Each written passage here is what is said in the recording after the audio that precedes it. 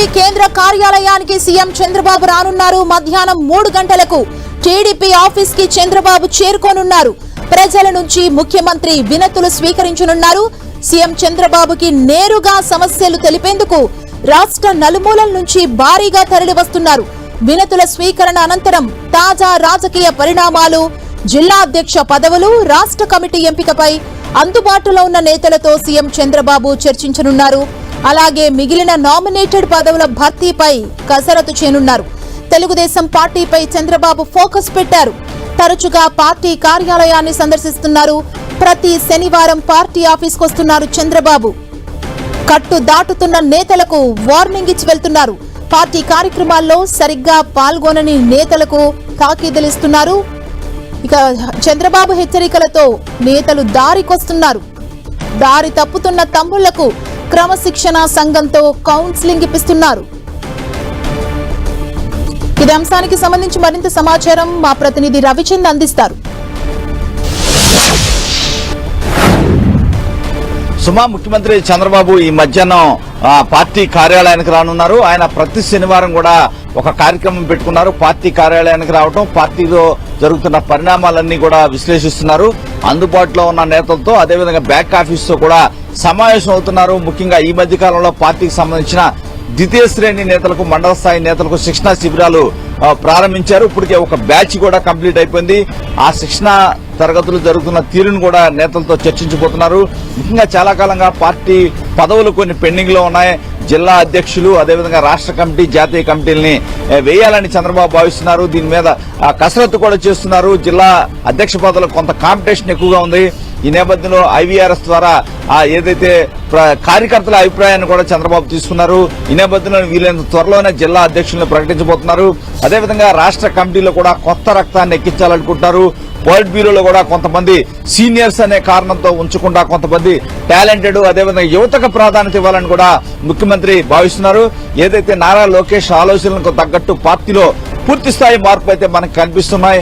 ఎందుకంటే మొన్న కూడా లోకేష్ కూడా ప్రతి మంగళవారం కూడా లోకేష్ వస్తున్నారు, శనివారం చంద్రబాబు వస్తున్నారు. వారు వచ్చినప్పుడు పార్టీ కార్యక్రమాలు కావచ్చు, ప్రభుత్వం ఇచ్చిన కార్యక్రమాలకు ఉదాహరణకు పెన్షన్ల పంపిణీ 1వ తారీఖు ప్రతి నియోజకవర్గంలో కూడా ఎమ్మెల్యేలు మొత్తం కూడా లీడ్ తీసుకోవాలి, మంత్రులు కూడా నియోజకవర్గాల్లో ఆ కార్యక్రమాలను చేపట్టాలి అని చంద్రబాబు చెప్పడం జరిగింది. లోకేష్ కూడా దీనిపై రివ్యూ చేశారు. చాలా మంది ఎమ్మెల్యేలు దాంట్లో పాల్గొనట్లేదన్న ఆ సమాచారం నేపథ్యంలో చాలా సీరియస్ వార్నింగ్ అయితే పార్టీ నుంచి ఇవ్వడం జరిగింది. ఈ నేపథ్యంలో వారి కార్యక్రమాలు అయితే మెరుగుపడ్డాయని చెప్పుకోవచ్చు. మొన్న 1వ తారీఖు చూసుకుంటే కనుక అంతకుముందు సరిగా ఎవరూ నిర్వహించకుండా చాలా మంది ఉండేవారు. కానీ ఆ సంఖ్య పూర్తి స్థాయి తగ్గిన పరిస్థితి పార్టీ వర్గాలు అయితే చెప్తున్నాయి. చంద్రబాబు, లోకేష్ వార్నింగులతో పార్టీలో నేతలంతా కూడా లైన్ లోకి వస్తున్నారు, పనిచేసుకుంటున్నారని కూడా చెప్తున్నారు. అదేవిధంగా ఎవరైతే నూతనంగా ఎమ్మెల్యేలుగా ఎన్నికయ్యారో వారికి పార్టీ సిద్ధాంతాల పట్ల కొంత అవగాహన లోపిస్తుందనే అభిప్రాయంతో నారా లోకేష్ కావచ్చు, చంద్రబాబు ఉన్నారు. ఈ నేపథ్యంలో వారితో కూడా రీజనల్ కోఆర్డినేషన్స్ తో కౌన్సిలింగ్ ఇప్పిస్తున్న పరిస్థితి ఉంది. కొంతమంది ద్వితీయ శ్రేణి నేతలు కూడా పార్టీ క్రమశిక్షణ ఉల్లంఘిస్తున్నారని భావించినప్పుడు వారిని కూడా పార్టీ రాష్ట్ర కార్యాలయానికి పిలిపించి ఇక్కడ క్రమశిక్షణ సంఘంతో కూడా వారితో మాట్లాడిస్తున్నారు. ఒక రకమైన కౌన్సిలింగ్ కూడా వారికి ఇస్తున్నారు. రీజనల్ కోఆర్డినేటర్ కూడా యాక్టివ్ చేశారు. వారు కూడా నియోజకవర్గాలనే ఒక కన్ను వేసించారు. ఎమ్మెల్యేలు కావచ్చు, అదేవిధంగా మిగతా పార్టీలతో, కూటమిలో ఉన్న మిగతా పార్టీలతో సమన్వయం కూడా చేసే బాధ్యత రీజనల్ కోఆర్డినేటర్స్ కి అప్పగించడం జరిగింది. ఈ పార్టీలో చాలా కీలకంగా రీజనల్ కోఆర్డినేటర్ పాత్ర అయితే పెరిగిందని చెప్పుకోవచ్చు. ఈ నేపథ్యంలో నారా లోకేష్ కావచ్చు, చంద్రబాబు కావచ్చు ఎప్పటికప్పుడు ఏదైతే గ్రీవెన్స్ కూడా తీసుకుంటున్నారు. పార్టీ కార్యాలయంలో వారు వచ్చినప్పుడు వేలాది మంది కార్యకర్తలు వస్తున్నారు. వారి గ్రీవెన్స్ కి అత్యధిక ప్రాధాన్యత ఇస్తున్నారు. అక్కడికక్కడే సమస్యల పరిష్కారం అయ్యే విధంగా ఒక మెకానిజాన్ని కూడా ఏర్పాటు చేసిన పరిస్థితి మనకు కనిపిస్తుంది. పార్టీ రాష్ట్ర కార్యాలయం ఏ పిలిపించినా కూడా కింది స్థాయి కార్యకర్త వరకు అది చేయాలని చెప్పి పైనుంచి చాలా గట్టిగా చెప్తున్నారు. ఎమ్మెల్యేలు పక్క రాష్ట్రాల్లో ఉంటున్నారు కొంతమంది అనే విమర్శలు వస్తున్న నేపథ్యంలో వారికి కూడా ప్రత్యేకమైన కౌన్సిలింగ్ ఇచ్చారు. ఎట్టి పరిస్థితుల్లో కూడా నియోజకవర్గాల్లో అందుబాటులో ఉండాలి, పార్టీ ఇచ్చిన ప్రతి కార్యక్రమాన్ని చేయాల్సిన అవసరం ఉంది, ప్రభుత్వం ఇచ్చే కార్యక్రమాలు కూడా చేయాలి. నిన్న కూడా మెగా పేరెంట్స్ మీట్ ను కూడా ఎమ్మెల్యేలంతా కూడా సక్సెస్ చేశారు. అందరూ కూడా పార్టీ కార్యాలయానికి వచ్చిన ఫీడ్బ్యాక్ ప్రకారం అందరూ కూడా దాంట్లో పాల్గొంటున్నారు.